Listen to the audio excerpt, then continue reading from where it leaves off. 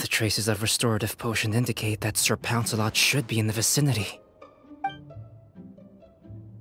Huh? Oh, it's the traveler Paimon and Sister Rosaria. And you must be an adventurer. I don't believe we've met. It appears Sir Pouncealot has taken quite the liking to you. Albedo! It's been such a long time! It's super great to see you! But are you sure you're in the right place? I'm assuming the captain of the investigation team is here for some important reason. Captain? He's a captain of the Knights of Favonius? An important officer just showed up without warning. And I don't even have any refreshments or snacks to offer. Please, allow me to explain, sir. I assure you, this shelter is operating under a legitimate business license. All proper procedures have been followed.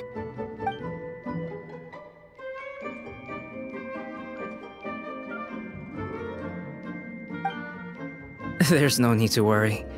I was simply in the area helping my team address a small issue. Namely, the location of this cat right here.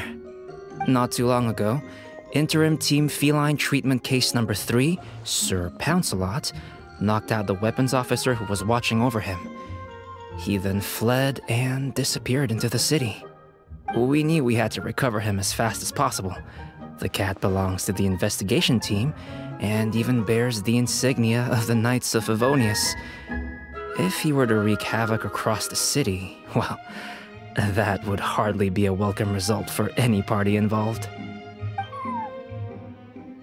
You're saying Sir Pouncealot is capable of knocking out a knight?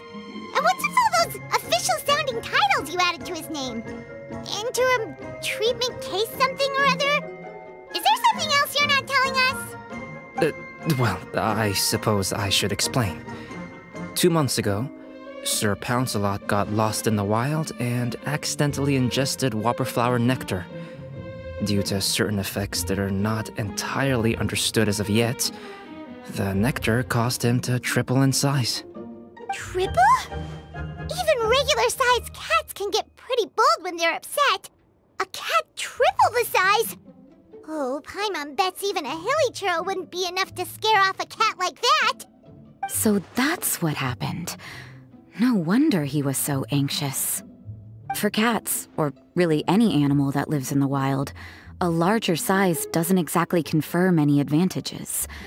What it actually does is make their appearance more noticeable and their movements less nimble, which in turn means living in perpetual danger of exposing themselves to attacks from predators. In other words, it means living in a constant state of fear. Exactly. When Sir Pouncealot stumbled upon our encampment, he looked quite worse for wear. His entire body was riddled with scars, and he appeared exceptionally anxious. That's awful. I guess he had a good reason for all that swatting earlier then. If all that had happened to me, I would be afraid of new people and strange animals too. You don't need to worry too much. The problem has already been solved. I administered a restorative potion to eliminate the alchemical effects of the whopperflower nectar and help him return to a normal size. Although he still might appear a bit larger than the average cat, his current size, at least, should pose no more threat to his quality of life. While in our care, various knights have been taking turns watching over him. In light of his feisty demeanor, Klee decided to call him Sir Pouncealot. We all thought it was quite fitting.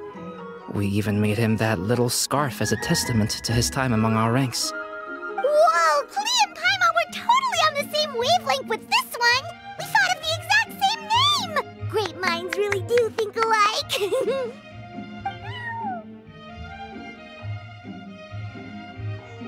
Sir Pouncealot's extreme level of anxiety and caution around people may be a result of residual trauma from the time of his transformation. You could say he was less than friendly towards the weapons and signals officers on our team. Klee wasn't around that much to entertain him either. However, it appears Sir Pouncealot has taken quite the liking to you. The knights on my team would never have imagined that he could warm up to people like this. Well, they are our dear cat saviors after all. The famed honorary knight and Paimon the cat whisperer. No matter how feisty or frightening the cat, after a few minutes with the traveler and Paimon, they'll be as sweet as can be. If that's the case, then I have a question for you both. Would you be willing to adopt Sir Pouncealot? Wait, really? But doesn't he belong to your team? Well, we did take him in, but it was simply out of necessity. We were always planning to find him a permanent home after his condition became more stable. The investigation team is no place for a pet, and we are a combat unit after all. Any knight he got close to would have to go on assignment eventually. It's hardly appropriate to just leave him at camp, and bringing him on our missions would only frighten him further. All good points. He's been through quite the ordeal already. For a creature like that, it's best to keep him away from potential triggers. That way he can slowly recover in peace. We could set up a nice cozy little home for him in the Serenity Pot. It has everything he could want, and most importantly, no monsters. Thank you so much, Albedo! Oh, no need to thank me. If you find yourselves with some time on your hands, maybe you can bring him by the encampment sometime. I'm sure my fellow knights would love a chance to see his calmer side. That was so touching! I can't believe I got to witness such a special moment! I do believe this counts as the Furball Fortress's first successful adoption! Hey, my veil is not a handkerchief. It appears you enjoy interacting with small animals, Sister Rosaria. I must admit, I find that a bit surprising. Paimon can also sense that you're an animal lover, Rosaria. You definitely have a way with cats. You just haven't realized it yet. After all, it's not a side of you that comes out very often. Snowball warmed up to you right from the start, and you were the one that helped Sir Pouncealot calm down back there. Oh, I didn't really do anything, though. I was just there. Ah, I've got it!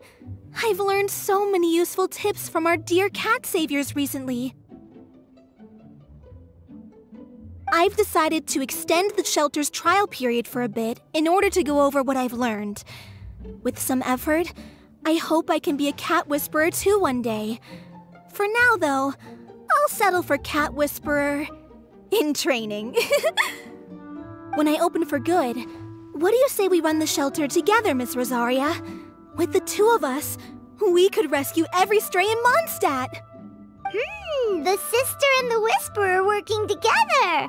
Almost sounds like it was meant to be. Oh, well, this errand hasn't proved to be too troublesome. It's light on work and stress. I suppose I wouldn't be opposed to your suggestion. I don't know much about rescuing stray animals, but this seems to be quite the milestone. Allow me to offer my congratulations. If my fellow knights run into any strays, I'll be sure to tell them to send them your way. Thank you, thank you, thank you! I really can't thank you all enough for your support. Don't worry, there's a generous reward in store for each and every one of you. The trial phase of the Furball Fortress could not have been more successful. When we open for good, you all simply must come to the opening ceremony. We'll cut the ribbon together. Now that's what Paimon calls a successful commission, rewarding in more ways than one. Mora, a sense of accomplishment, and of course, our special friend Sir Pouncealot! Talk about a win-win-win! Paimon can't wait for the Furball Fortress to open for good!